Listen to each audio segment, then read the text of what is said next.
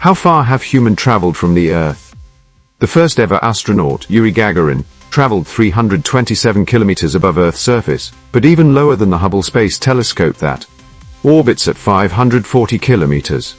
Astronauts on board the ISS orbit around 400 kilometers above the surface, only a little bit higher than Yuri. And then we left Earth. Apollo 8 was the first mission to send astronauts to orbit the Moon.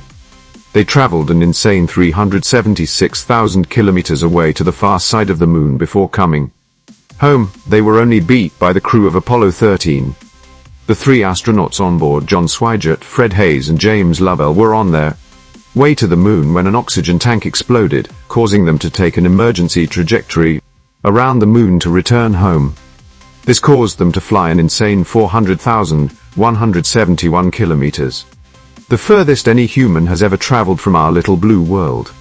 And when we finally send people to Mars over the next decade or so, they will travel so much further. At their furthest distance, a Martian astronaut would be 401 million kilometers away from Earth, 1,000 times further than the Apollo 13 mission, and so far away it would take communications traveling at the speed of light 22 minutes to reach them.